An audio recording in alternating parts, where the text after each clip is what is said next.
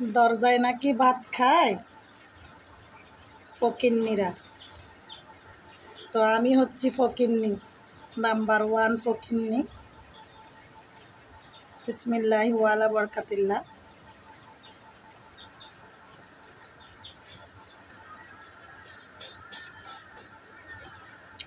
সবার দুপুরে খাওয়া দাওয়া হয়ে গেছে?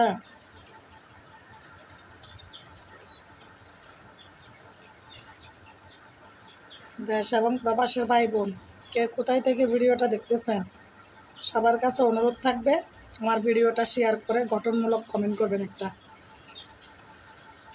এবং আমার কন্টেন্ট ক্রিয়েটর সাপোর্টার প্রত্যেকের কাছে অনুরোধ ভিডিও শেয়ার করবেন, একটি করে গঠনমূলক কমেন্ট করবেন, ঠিক আছে? তো কালকে একটা ভিডিও দিয়েছিলাম, ওই যে আমার সফলতাকে পাহারা দিয়ে আমি ভাত খাচ্ছি দরজায় বসে। তো সেই ভিডিওতে আমার একজন খুবই ধনী বড়লোক সাপোর্টার কমেন্ট করছে, দরজায় বসে ভাত খাই ফকিন্নিরা। অথচ আমি কী কারণে দরজায় বসে ভাত খাচ্ছি সেটাও বলেছি।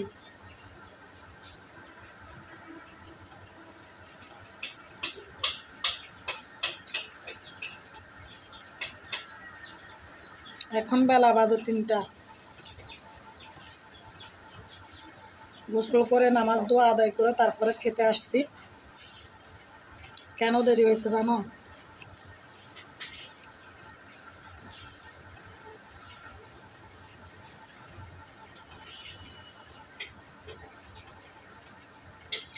খাবারের মেনু ভেন্ডি ভাজি আর যে মাছ, ভাজা মাছ। ভেন্ডি ভাজিগুলো যে কি মজা হয়েছে আমি বলে বোঝাতে পারবো না তোমাদের।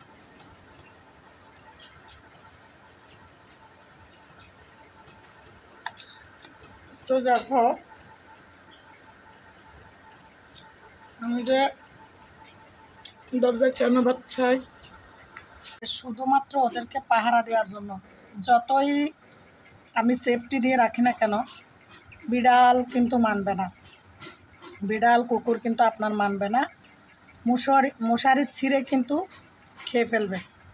তো সেই জন্য আমি দরজায় বসে ভাত খাচ্ছি, এবং এদেরকে পাহারা দিতে দিতে আমার কাজের রেট হয়ে যায়। এখন রান্নাবান্নাই মানে রান্নাবান্না টাইম মতো হয়, খাওয়া দাওয়া। তো এক ভাই বললো ফকিন্নি, আবার কেউ কেউ জানতে চায় যে আমি নাকি বাম হাতে খাবার খাচ্ছি, আমার ডান হাত কী হয়েছে। আচ্ছা, আপনাকে বলতেছি,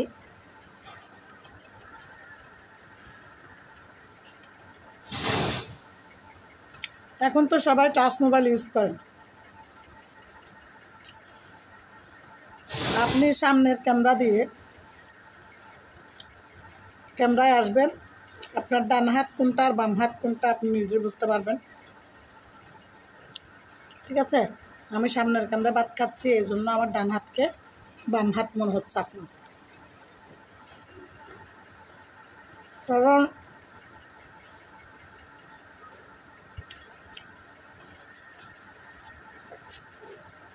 আমি ক্যামেরা অন করছি, ক্যামেরাটা আমার দিকে, এই জন্য আমাকে ডান হাতটা বাম হাত লাগতেছে। আর আপনি যখন ক্যামেরাটা অন করে ভিডিওটা দেখতেছেন, আপনার কাছেও সেম বাম হাত মনে হচ্ছে। ওকে,